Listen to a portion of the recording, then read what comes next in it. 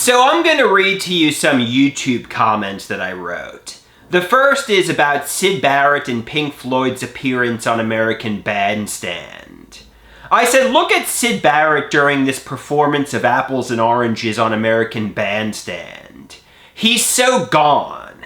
He's totally fried with neurological damage and is just staring at the lights.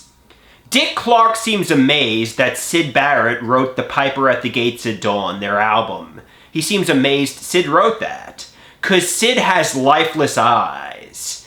Dick Clark is totally getting creeped out by Syd, so he moved on to the more comfortable and warm Richard Wright. At least that's how I interpret the video. Assuming Syd even had the mental capacity to lip sync, Syd didn't even bother to try. He's very much the vegetable man in this video. It's sad. It makes me want to cry. The next is about Chris Benoit from the WWE. Look at the tremendous amount of empathy Chris Benoit has remembering Eddie Guerrero. I know some people had the narrative the reason he did what he did was because he was a loner, and the only friend who listened to and heard him, Eddie Guerrero, passed away. But Kevin Nash has experienced a lot of loss in recent years. However, I strongly doubt he'll commit murder. Believe it or not, that's abnormal. You never know, but I doubt it.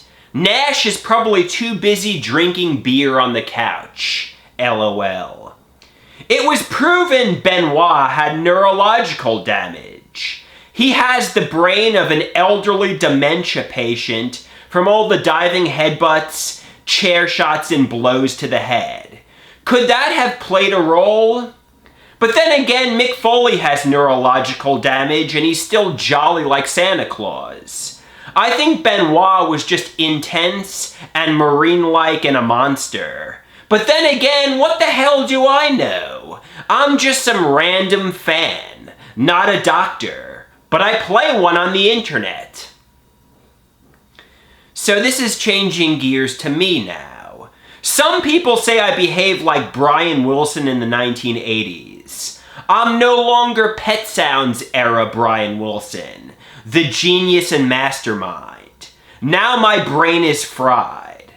I suspect the years of running did that to me. The lack of hydration and nutrition with the eating disorder, I suspect that's what fried my brain. But the running stopped in 2011, though the walking continued, and people say I wasn't this fried in 2012. In fact, I behaved relatively normal then, like a young professional. It's probably the mega regimen of psychiatric medications, coupled with the social isolation, that caused this neurological damage. Then again, I'm just assuming I'm a vegetable mind. No neurologist has officially diagnosed this.